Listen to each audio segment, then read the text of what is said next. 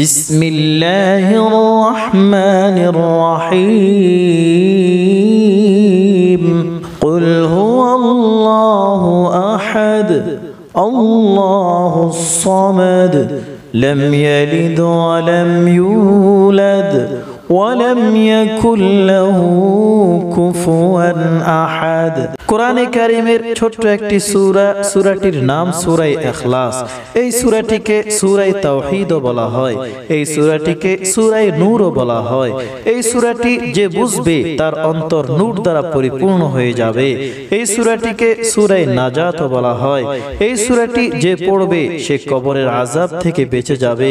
এই সূরাটিকে সূরা বারাতও বলা হয়, কেননা এই সূরাটি কুফর এবং শিরক থেকে মুক্তি দান করে। এই সূরাটিকে সূরা মুনাফফিরাও বলা হয়, কেননা এই সূরা তেলাওয়াত করলে শয়তান ভেগে যায়। হাদিস শরীফে এসেছে আল্লাহ তাআলা 7 আসমান এবং 7 জমিনের ভিত্তি ইহার উপর রেখেছেন। এই সূরার এত মর্তবা হাদিস শরীফে এসেছে রাসূল সাল্লাল্লাহু আলাইহি ওয়াসাল্লামের একজন আনসারী সাহাবী ছিলেন। তিনার অভ্যাস ছিল যখনই তিনি নামাজ আদায় করতেন, নামাজ পড়তেন, প্রথমে অন্য যে কোনো সূরা পড়তেন, কিন্তু শেষ রাকাতে কুল হুয়াল্লাহু আহাদ এই সূরাটি অবশ্যই পড়তেন। ওই সাহাবীর মুক্তাদিরা তাকে জিজ্ঞাসা করলো, আপনি এটা কি করেন? প্রথম রাকাতে আপনি অন্য কোন সূরা পড়েন, কিন্তু দ্বিতীয় রাকাতে আপনি শুধু সূরা ইখলাস পড়েন, অন্য কোন সূরাও তো পড়তে পারেন। তখন তিনি বললেন, আমার পিছে নামাজ পড়ো এটা তোমার ইচ্ছা, না পড়ো এটাও তোমার ইচ্ছা, কিন্তু আমি সূরা ইখলাস ছাড়তে পারবো না। হুজুর সাল্লাল্লাহু আলাইহি ওয়াসাল্লামের নিকট এই ঘটনা বর্ণনা করা হলো। তখন রাসূল সাল্লাল্লাহু আলাইহি ওয়াসাল্লাম ওই সাহাবীকে ডাকলেন এবং বললেন, তুমি প্রত্যেক ওয়াক্তের নামাজে শুধু সূরা ইখলাস পড়ো। তখন ওই সাহাবী বলল, ইয়া রাসূলুল্লাহ, আমি এই সূরাকে ভালোবাসি, এই সূরা আমার অনেক পছন্দ, এই সূরা আমি ছাড়তে পারবো না। তখন রাসূল সাল্লাল্লাহু আলাইহি ওয়াসাল্লাম বললেন, এই সূরার মহব্বত তোমাকে জান্নাতে নিয়ে যাবে। আরেকটি হাদিসে এসেছে যে ব্যক্তি সূরা ইখলাস 10 বার পড়বে, আরেক বর্ণনা আছে যে ব্যক্তি 100 বার সূরা ইখলাস পড়বে, আল্লাহ তাআলা তার জন্য জান্নাতে মহল তৈরি করবেন। হযরত ওমর রাদিয়াল্লাহু তাআলা আনহু জিজ্ঞাসা করলেন, আমি যদি 100 বারের চেয়ে বেশি পড়ি?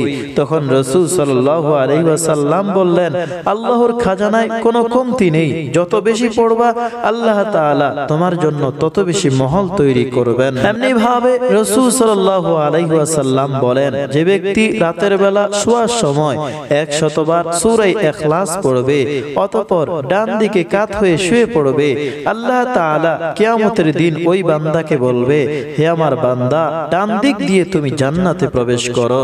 সূরা ইখলাস পড়ার অনেক ফজিলত, অনেক মর্যাদা। এক সাহাবী রাসূল সাল্লাল্লাহু আলাইহি ওয়াসাল্লামের কাছে এসে বলল, হে আল্লাহর রাসূল, আমার কাজ কারবারে কোনো বরকত নেই, আমার রিজিকে সংকীর্ণতা রয়েছে, আমি যে কাজই করি উহার মধ্যে আমার ক্ষতি হয়ে যায়।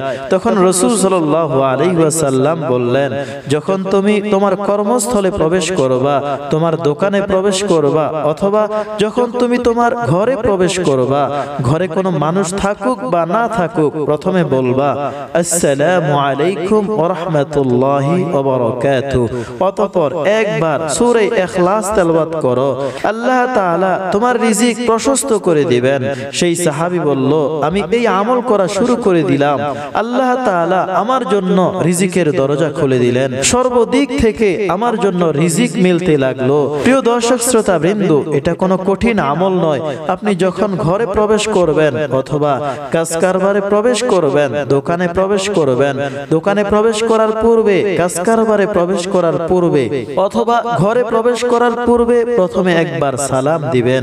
কেউ থাকুক বা না থাকুক, আল্লাহর ফেরেশতারা তো অবশ্যই থাকেন। আরেক বর্ণনা এভাবে এসেছে, প্রবেশ করার সময় এভাবে সালাম দিবে, আসসালামু আলাইকুম ওয়া রাহমাতুল্লাহ ওয়াস সালাতু ওয়াস সালামু আলা রাসূলিল্লাহ। অতঃপর একবার সূরা ইখলাস পড়বে, আল্লাহ তাআলা তার রিজিকের মধ্যে বরকত দান করবেন, প্রশস্ততা দান করবেন। এমনি ভাবে এই সূরাটি এমন একটি বরকতময় সূরা, এমন মর্যাদাপূর্ণ সূরা, রাসূল সাল্লাল্লাহু আলাইহি ওয়াসাল্লাম সাহাবায়ে কেরামকে জিজ্ঞাসা করলেন, তোমাদের মধ্যে কে আছে প্রতিদিন কোরআনে কারীমের 3 ভাগের 1 ভাগ তেলাওয়াত করো? সাহাবায়ে কেরাম বললেন, ইয়া রাসূলুল্লাহ, এটা কার পক্ষে সম্ভব যে প্রতিদিন 3 ভাগের 1 ভাগ কোরআন তেলাওয়াত করবে? রাসূল সাল্লাল্লাহু আলাইহি ওয়াসাল্লাম বললেন, হে আল্লাহর বান্দা, যদি তুমি একবার সূরা ইখলাস তেলাওয়াত করো তাহলে এটি কোরআনে কারীমের 3 ভাগের 1 ভাগের সমান হয়ে যায়। বলা হয়, যদি তুমি 3 বার সূরা ইখলাস তেলাওয়াত করো তাহলে সম্পূর্ণ কোরআন পড়ার সওয়াব পেয়ে যাবে।